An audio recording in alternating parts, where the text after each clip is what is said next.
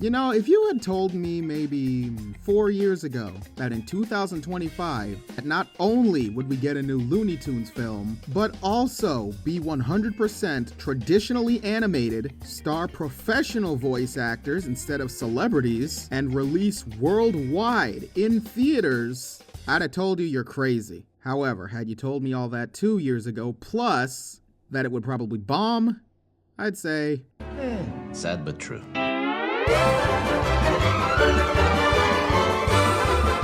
The Day the Earth Blew Up, a Looney Tunes movie, against all odds, was the one and only modern Looney Tunes project to break free of tax write-off damnation, find a worthy distributor, and bring our beloved tunes back to the big screen. And in a day and age when the WB bigwigs will gun you down on sight for being an animated character, that actually means something. And you know what? I take that back. You don't even have to be animated to get murked on sight. The Day the Earth Blew Up is a pretty special case, though, being the very first fully animated Looney Tunes film to hit theaters. Really think about that.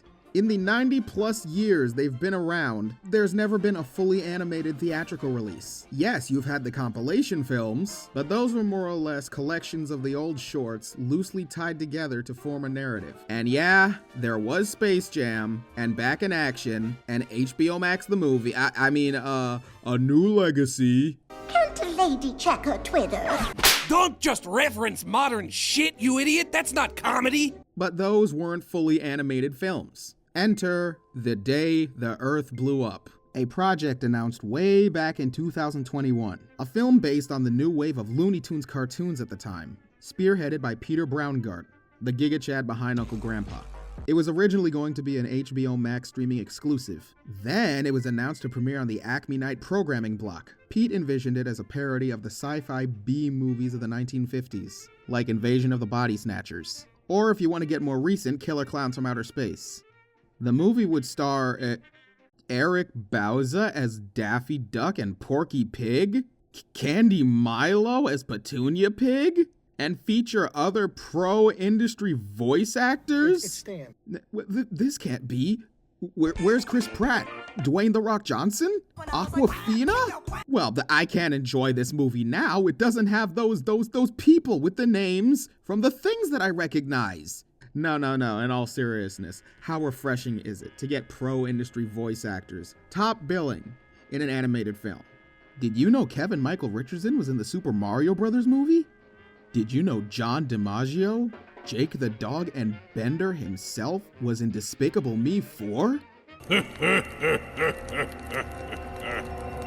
Nobody does. Anyhow, through their behind-the-scenes hemming and hawing and a little bit of fan demand, Warner Brothers handed over distributing rights to Ketchup Entertainment, and it was released worldwide on March 14th. Wait, that's not right. It should say The Day... What was the movie about? It was an introspective tale on the weight of generational trauma. You see, Porky was never able to live up. Daffy happened upon a stabilization crystal, accidentally broke it, and tore open a hole to the multiverse where... None of that. It's a fairly simple story, but very effective. Porky and Daffy are low on funds, and they need to protect their family home from being condemned. After several failed career attempts, they come across Petunia Pig, an eccentric flavor scientist at the local gum factory. She puts in a good word for them, and they land careers in the assembly line. Everything seems great. Until Daffy suspects something's amiss with this new Strongberry flavor release. An alien mind control device has somehow been spliced into the gum's formula that, once chewed, turns you into an obedient alien zombie. Now Porky, Daffy, and Petunia have to team up and save the world. Straight, simple, to the letter, what more could you ask from a Looney Tunes film, There's really no deeper meaning to it all. No hidden gems, no complex themes. It's a fun, crazy, action-packed film with a lot of heart, with characters you love, not to mention drop-dead gorgeous animation. This movie, and by proxy the Looney Tunes cartoons, take inspiration from the works of Bob Clampett, responsible for a lot of the more visually striking shorts, like Porky and Wacky Land, The Hep Cat, and A Corny Concerto. The film's animation was handled by Snipple, Titmouse, and a few other studios, and you feel nothing but passion, love, and joy from every frame on screen. I won't spark an entire 2D animation versus CG animation discussion here, but I will say this. Every once in a while, I'll put on a Goofy movie, and I find myself marveling at every shot in that movie more so than I would something like the Mario Brothers movie. Traditional animation, it just radiates such a stronger personality than other mediums would. Okay, that's not entirely true. Stop motion's pretty awesome too. And I can't tell you how many times I laughed out loud during this movie. I've always believed that in animation, if the visuals can get the audience to laugh, you've done your job well. Anything like the characters moving around or how they're emoting, or even if they went off model for a frame. Top tier comedy, man. In the way of theming for the movie, I'd say accepting your loved ones for who they are, flaws and all, and the importance of teamwork. Nothing too thought-provoking, but again, you don't need that all the time. They're simple and easily digestible lessons for anyone of any age. And speaking of any age, while the crowd I was in was small, it spanned generations. Someone brought their 4-year-old daughter. Someone brought their 2 teenage sons. Someone in their, I want to say 40s was there. 60s even. These characters still appeal to a wide demographic. And if nothing else, everyone involved with this project, the director, the voice actors, the animators, the board artists, the background artists, deserve our respect. And on a larger scale, they definitely deserve adequate compensation. Please go see the movie. If you're looking for a simple, classic story with some beloved characters, some stellar animation, and laughs upon laughs upon laughs, The Day the Earth Blew Up, a Looney Tunes movie, will be your bread and butter. It may only be March, yet I'm marking this film as Film of the Year. Hands down, no questions asked. And hey, if my words of recommendation haven't encouraged you to go and see the movie for yourself, perhaps I can get through to you another way. Well, hello there. Are you tired of the same $200 action films with the same 3 actors? Are you long past tired of live-action Disney remakes? Haven't seen a decent animated flick since The Iron Giant? Well, head on down to your local Cineplex to see The Day the Earth Blew Up, a Looney Tunes movie. Yes, sir, Porky Pig and Daffy Duck against the world. When an alien threat comes a-knocking and infecting all the gum, they've got to put aside their petty squabbles and work together to save the planet, even if it means getting a little loony. But now I think you might be wondering, what's in it for you? What do you have to gain? Well, by buying a ticket to The Day the Earth Blew Up, you'll be supporting more traditionally animated theatrical films. Prove to the Warner Brothers bigwigs that the Looney Tunes franchise is still beloved by millions. Help to normalize pro-industry voice actors to star in theatrical films with top billing. And it'll really make me smile.